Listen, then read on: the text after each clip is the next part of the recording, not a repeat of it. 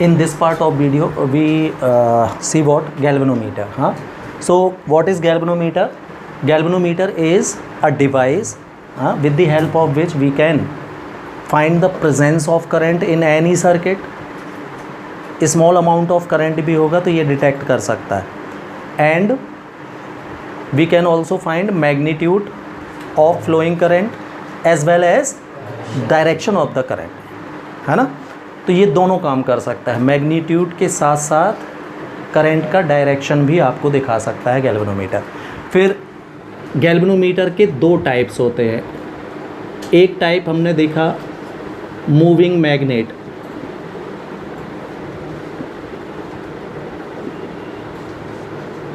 तो moving magnet galvanometer में, galvanometer जब कंस्ट्रक्ट किया जाता है तो it is a combination of coil and magnet.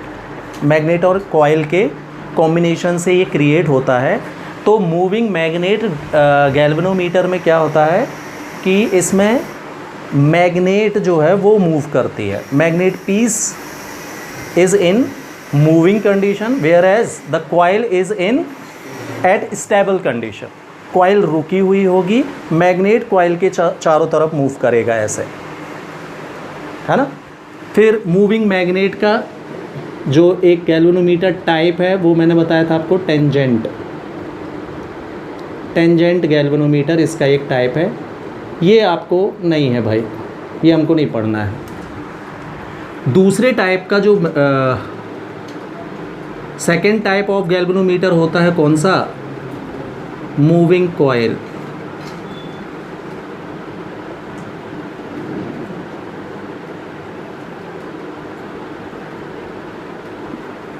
Moving coil galvanometer में, है ना, जो कॉइल होती है वो मूव करती है, वेयर एज जो मैग्नेट पीस होता है वो स्टेबल सिचुएशन में होता है, स्टेबल कंडीशन में होता है. ठीक है. नाउ मूविंग कॉइल के भी फिर दो टाइप और. एक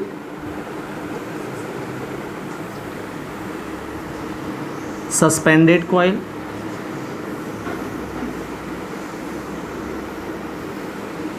और दूसरा होता है क्या?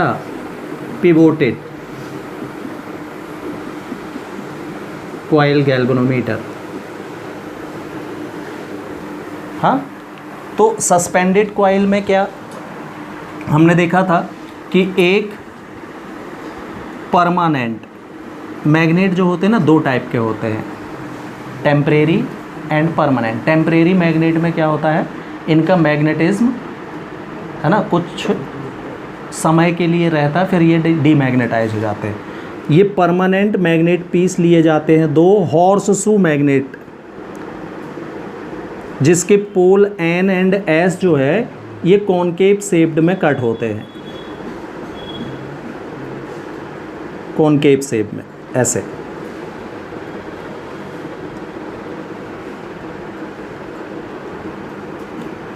है ना. तो कॉनकेव शेप में कट होने से क्या होता है कि जो मैग्नेटिक फील्ड है वो रेडिकल बन जाती है. रेडिकल होने से, फील्ड रेडिकल होने से इसके बीच में जो भी चीज़ मूव करेगी कॉइल, उसका सरफेस हमेशा फील्ड के परपेंडिकुलर बना रहता है, जिससे कॉइल में लगने वाला फोर्स हमेशा मैक्सिमम हो, है ना. फोर्स की जो वैल्यू है वो डिपेंड करती है किस पर? थीटा एंगल पर. परपेंडिकुलर डायरेक्शन में फोर्स मैक्सिमम लगता है. और गैल्वेनोमीटर कैसी डिवाइस है? एक सेंसिटिव डिवाइस है ये, है ना. ये मैक्सिमम पर ही काम करती. ठीक. अब देखना, पिवोटेड कॉइल गैल्वेनोमीटर में भी फील्ड मैग्नेट तो रहेगा, मतलब स्ट्रॉन्ग हॉर्सो मैग्नेट, जिसके दोनों पोल्स जो होते हैं वो कैसे होते हैं? कॉनकेव शेप में होते हैं, राइट.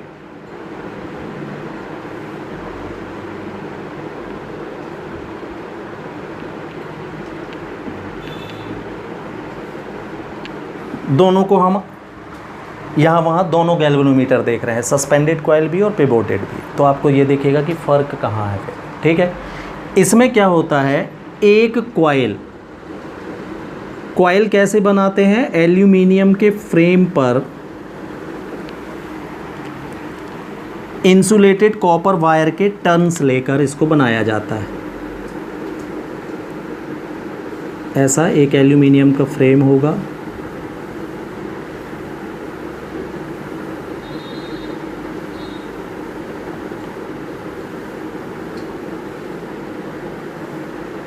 है ना, और इसमें कॉपर के वायर टर्न्स रहते हैं। अपन वायर के टर्न नहीं दिखाएंगे फिगर में, ठीक है। और एक सॉफ्ट आयरन का कोर, है ना, इस फ्रेम के बीच में इस तरीके से रख दिया जाता है कि ये ऐसा फिक्स्ड कर दिया जाता है कि ये कॉइल को कहीं पर भी टच ना करे। सॉफ्ट आयरन कोर, है ना, पूरा सॉफ्ट आयरन का बना हुआ है, बीचों बीच ऐसे फिक्स्ड कर देते हैं इसको। ये पूरी कॉइल को कहीं पर भी टच नहीं करता, सेपरेटेड रहता है उससे, है ना। कोर का यूज़ करने से सॉफ्ट आयरन क्या मैग्नेटाइजिंग पावर जो होती है वो सबसे ज़्यादा होती है भाई सॉफ्ट आयरन की, और हम मैग्नेटिक फील्ड जनरेट किए हुए हैं। तो सॉफ्ट आयरन का कोर यूज़ करने से इंटेंसिटी ऑफ मैग्नेटिक फील्ड बढ़ जाती है, हाई हो जाती है। इसलिए सॉफ्ट आयरन कोर कॉइल में लगा दिया है, क्योंकि कॉइल किसकी बनी हुई है? एल्यूमिनियम। एल्यूमिनियम के फ्रेम लेने का कारण यह है कि एल्यूमिनियम हल्का होता है वजन में। कॉइल बड़ी भी हम बनाएंगे तो भी उसका वेट ज़्यादा नहीं होगा। क्लियर? अब हम क्या करते हैं, इस कॉइल को एक फॉस्फर ब्रांच की स्ट्रिप से, स्ट्रिप मतलब कुछ थिकनेस होती है, ऐसी चपटी होती है ये फॉस्फर ब्रांच की स्ट्रिप से दोनों मैग्नेटिक पोल्स के बीच में सस्पेंड कर दिया जाता है, लटका दिया जाता है ऐसे। और इस स्ट्रिप में बीचों बीच यहाँ पर एक प्लेन मिरर को ऐसा चिपका दिया जाता है इसके ऊपर, है ना। प्लेन मिरर इस तरीके से इसमें चिपका दिया जाता है। प्लेन मिरर का काम क्या है ना, कि जब ये कॉइल डिफ्लेक्टेड होगी तो ये जो पत्ती लगी हुई है इसमें भी ट्विस्ट प्रोड्यूस होगा, जिसकी वजह से मिरर भी घूमेगा। फिर हम इस मिरर में लैंप की हेल्प से लाइट डालकर, ये किसी लैंप से इस पर लाइट डाल के कॉइल का डिफ्लेक्शन फाइंड कर सकते हैं by lamp and scale arrangement. Lamp and scale arrangement, है ना, की हेल्प से कॉइल का जो दूसरा पार्ट होता है नीचे वाला, ये एक स्प्रिंग से कनेक्ट होता है। स्प्रिंग क्या काम करेगी, जब करंट फ्लो होने से ये डिफ्लेक्ट होगी कॉइल, तो उसको, और जब हम फ्लो ऑफ करंट बंद करेंगे तो कॉइल को अपनी इनिशियल पोजीशन पर वापस लौटाने का काम स्प्रिंग करते हैं, है ना। और फास्फर ब्रांच की स्ट्रिप और स्प्रिंग का जो दूसरा हिस्सा है, इनसे दो कनेक्टिंग टर्मिनल्स जुड़े होते हैं। ये आपको बाहर दिखेंगे, जिनसे हम कनेक्शन करते हैं वायर की हेल्प से। वायर हम इसी से जोड़ते हैं ऐसे गैल्वेनोमीटर को, है ना। और ये सारा अरेंजमेंट एक नॉन मैग्नेटिक सब्सटेंस के अंदर रखा जाता है, इसको डस्ट, एयर वगैरह से प्रोटेक्ट करने के लिए। क्लियर? तो इसका कंस्ट्रक्शन ये है। अब देखो, पिवोटेड कॉइल में हम क्या करते हैं, कॉइल तो रहेगी एल्यूमिनियम के फ्रेम पर ही, इंसुलेटेड कॉपर वायर को लपेट के ये वाली कॉइल भी बनाई जाती है। थोड़ा सा इसकी डिज़ाइन में फ़र्क होगा भाई।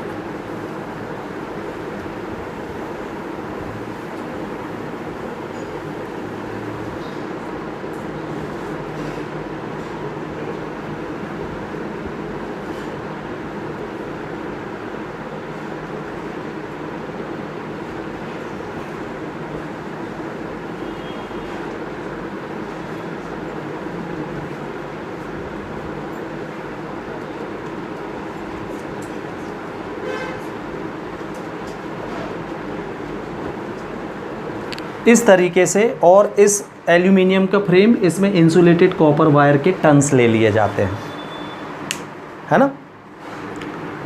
और एक सॉफ्ट आयरन कोर जो है इस कॉइल के ठीक मिडिल पर इस तरीके से फिक्स्ड किया जाता है कि ये फ्रेम को यानी कॉइल को कहीं से भी टच नहीं करेगा। सॉफ्ट आयरन कोर है ये, ई नाम दे दिया है मैंने इसको। क्लियर कि ये कहीं पर भी कॉइल को टच नहीं करेगा। अब ये जो कॉइल है इसमें फास्फर ब्रांच की स्ट्रिप से सस्पेंड किया था आपने।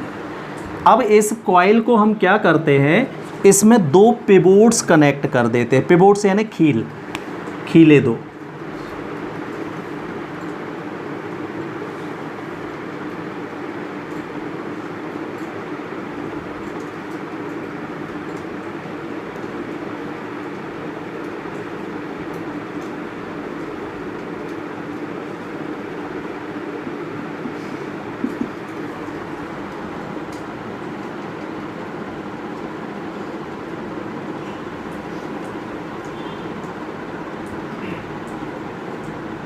मेटल के दो पिवोट्स होते हैं ये। इनकी खासियत क्या है, जैसे नॉर्मल जो खीला होता है, पिन होती है जो, है ना, अगर हमने इसको दीवार में ठोक दिया तो ये एकदम टाइट चली जाती है। इन पिवोट्स की खासियत क्या होती है कि ये पूरा एक अरेंजमेंट है। ये जो इसका बेस देख रहे हो आप, ये बेस में इस तरीके से अंदर लगा होता है पिवोट, ऐसा रहेगा। इसकी खासियत क्या है, आप इसको खींचोगे तो ये बाहर नहीं निकलेगा लेकिन रोटेट हो जाएगा आसानी से। ये आसानी से रोटेट हो सकता है, बिल्कुल फ्लेक्स आसानी से। आप ऐसे कर, जैसे बैरिंग घूम जाता है ना, उसी तरीके से ये भी घूमेगा, लेकिन खींच के आप इसको बाहर नहीं निकल पाएंगे, टाइट रहेगा। ऐसे नहीं निकलेगा लेकिन ऐसा घूमेगा। दोनों पिवोट्स, इसमें ये अरेंजमेंट अंदर दिया जाता है। क्लियर। तो इस टाइप से ये पिवोट्स होते हैं दो। अब इन पिवोट्स में दो रिंग टाइप स्प्रिंग्स जो है अपोजिट डायरेक्शन में रोटेट करके इनको फिक्स किया जाता है इस तरीके से। इसका रोटेशन इस डायरेक्शन में है ऐसा, तो इसमें अपोजिट डायरेक्शन में रिंग को, स्प्रिंग को इस तरीके से राउंड करके लगाया जाता है। और ये कनेक्टेड रहेगा टर्मिनल नंबर 1 और कनेक्टिंग टर्मिनल नंबर 2 से।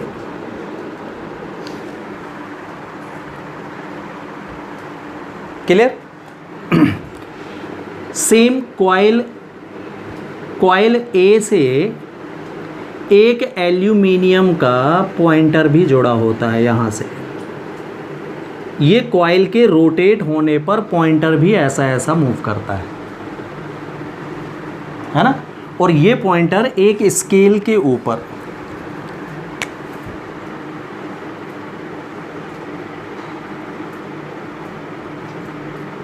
ऐसा एक स्केल लगा होगा यहाँ।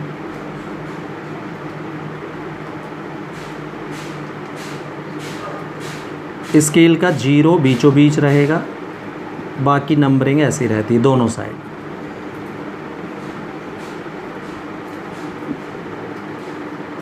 इसको इस स्केल से रीड करते हैं। डायरेक्शन और मैग्नीट्यूड दोनों शो कर सकता है। एल्यूमिनियम का पॉइंटर स्केल पर रोटेट होगा। कॉइल के मूव होने से, जैसे इसमें मिरर मूव हो रहा था, तो मिरर से रिफ्लेक्टेड लाइट को हम किसी स्केल में इंसिडेंट करके उससे मूवमेंट रीड कर रहे थे। इसमें हमने स्केल एक पॉइंटर कनेक्ट कर दिया है, किससे, कॉइल के साथ। कॉइल के साथ एक पॉइंटर P कनेक्ट कर दिया है, ये है ना, जो स्केल पर इस तरीके से रोटेट होगा। स्केल में दोनों साइड एंड पिन्स लगा दी जाती हैं 2, जिससे ये पॉइंटर जो है इन पिन्स के बाहर ना भाग जाए, स्केल के अंदर ही चले। यहाँ ऐसी एंड पिन्स लगा दी जाती हैं। क्लियर। तो ये है second type galvanometer which is moving coil galvanometer का सेकंड, पिवोटेड कॉइल। अब होता क्या है, जैसे ही गैल्वेनोमीटर में करंट फ्लो होगा, तो हमको पता है कि जब मैग्नेटिक फील्ड में NS क्या प्रोड्यूस करेंगे, magnet poles magnetic field generate कर देंगे यूनिफॉर्म। तो यूनिफॉर्म मैग्नेटिक फील्ड में जब हम किसी कॉइल को सस्पेंड करते हैं और उसमें करंट फ्लो करते हैं, हाँ, तो कॉइल की दोनों आर्म्स में एक पेयर फोर्स का वर्क करने लगता है, जिसको हम कपल ऑफ फोर्स बोलते हैं। एक इस डायरेक्शन में, एक अपोजिट डायरेक्शन में। Both force are equal in magnitude but opposite in direction, so they made a couple, है ना। ये कपल जो है कॉइल को क्या करेगा, अपनी पोजीशन से डिफ्लेक्ट करेगा, घुमाएगा, इसलिए इसका नाम है डिफ्लेक्टिंग कपल, राइट। तो जैसे ही कॉइल डिफ्लेक्ट होगी तो फास्फर ब्रांच की स्ट्रिप में ट्विस्ट प्रोड्यूस होगा। कॉइल अगर इस तरफ मूव करेगी तो ट्विस्ट ऐसा प्रोड्यूस होगा, जैसे कभी रस्सी को आप घुमाओ, ऐसे घुमाओगे तो उसमें ट्विस्टिंग इस तरफ आती होगी, आप ऐसे घुमाओगे ट्विस्ट ऐसी होती जाएगी, वो अगेंस्ट डायरेक्शन में, राइट। तो वैसे ही इसमें अगेंस्ट डायरेक्शन में ट्विस्टिंग कपल वर्क करने लगता है। दो पेयर इसमें भी वर्क करेंगे क्योंकि इसकी भी दो आर्म्स है, राउंड शेप में नहीं है ये स्ट्रिप, कैसी है ना, एक चिप शेप में है, पतली पत्ती के फॉर्म में, इस फॉर्म में चौड़ाई रहती है इसमें। तो इसमें भी दो आर्म्स रहेंगे, इसमें ट्विस्टिंग कपल प्रोड्यूस होगा जो कि अगेंस्ट होता है किसके, डिफ्लेक्टिंग कपल के। जब ट्विस्टिंग कपल की वैल्यू डिफ्लेक्टिंग कपल की वैल्यू के इक्वल हो जाती है तो कॉइल जो है बैलेंस्ड कंडीशन में जाकर रुक जाती है, राइट। और इस कंडीशन में, है ना, twisting deflecting couple N into B into A I sine 90, NBIA sine 90। क्यों, ये जो 90 डिग्री आप इसमें यूज़ कर लेते हो वो इसी के कारण, क्योंकि हमने फील्ड को रेडिकल रखा है और कॉइल के मूव करने से भी थीटा की वैल्यू 90 ही बनी रहेगी, ये चेंज नहीं होगी। मतलब कॉइल पर लगने वाला फोर्स हमेशा मैक्सिमम होगा। ये हो गया डिफ्लेक्टिंग कपल। और मान लीजिए फास्फर ब्रॉन्ज पर, है ना, unit twist produced, unit twist अगर C है तो थीटा एंगल से अगर ये रोटेट हो गई है तो C थीटा हो जाएगा ट्विस्टिंग कपल आपका, ये ट्विस्टिंग कपल और ये डिफ्लेक्टिंग कपल। बैलेंस कंडीशन में दोनों कैसे हो जाएंगे, इक्वल। तो यहाँ से C theta is equal to NBI sine 90 की वैल्यू तो 1 होती है, तो हमको मिलता है क्या, I proportional theta, and this is the principle of galvanometer, that is current flowing through the galvanometer is directly proportional to the twist produced on it. Clear. अब इसमें देखिए आप, इसमें भी सेम वर्क होगा, है ना। कॉइल को सस्पेंड किया गया है पिवोट से, इसमें फॉस्फर ब्रांच की स्प्रे से, इसमें पिवोट की हेल्प से हमने सस्पेंड किया। जैसे ही करंट फ्लो करेंगे डिफ्लेक्टिंग कपल प्रोड्यूस हो जाएगा, कॉइल रोटेट होगी, इसके अगेंस्ट डायरेक्शन में इन स्प्रिंग्स में ट्विस्ट प्रोड्यूस होगी। अब ये राउंड में है ना, जैसे ये घूमेगा तो ये स्प्रिंग टाइट हो जाएंगे। इसमें फॉस्फर ब्रांच ट्विस्ट प्रोड्यूस कर रहा था, इसमें ये जो स्प्रिंग्स लगी है S1 एंड S2 ये ट्विस्टिंग कपल प्रोड्यूस करेंगे। बैलेंस कंडीशन में twisting couple produced by spring is equal to the deflecting couple acting on the coil of the galvanometer, दोनों बराबर। And finally I proportional to theta, मतलब principle में कोई change नहीं है, केवल इक्विपमेंट बदल गया है ट्विस्टिंग प्रोड्यूस करने वाला। ट्विस्टिंग कपल इसमें फास्फर ब्रांच की स्ट्रिप प्रोड्यूस कर रही थी, इसमें ये spring S1 and S2 produce करेगी। क्लियर। इसको पढ़ने के लिए लैंप एंड स्केल अरेंजमेंट की ज़रूरत पड़ेगी हमको। लैंप से लाइट डाल के इसका रिवर्स फोकस जो पड़ता है वो एक स्केल पर हम इंसिडेंट करते हैं और इस स्केल में फोकस के मूवमेंट से कॉइल का डिफ्लेक्शन फाइंड करते हैं। मेथड इज कॉल्ड, हाँ, लैंप एंड स्केल अरेंजमेंट। और इसमें हमने क्या किया है, कॉइल के साथ ही पॉइंटर ज्वाइन कर दिया है, तो कॉइल मूव करेगी तो वो पॉइंटर भी मूव करेगा, ऐसा है ना। और वो किस पर, एक स्केल पर, इस तरीके से हम उसको रीड कर लेंगे। ठीक है, तो ये है दोनों।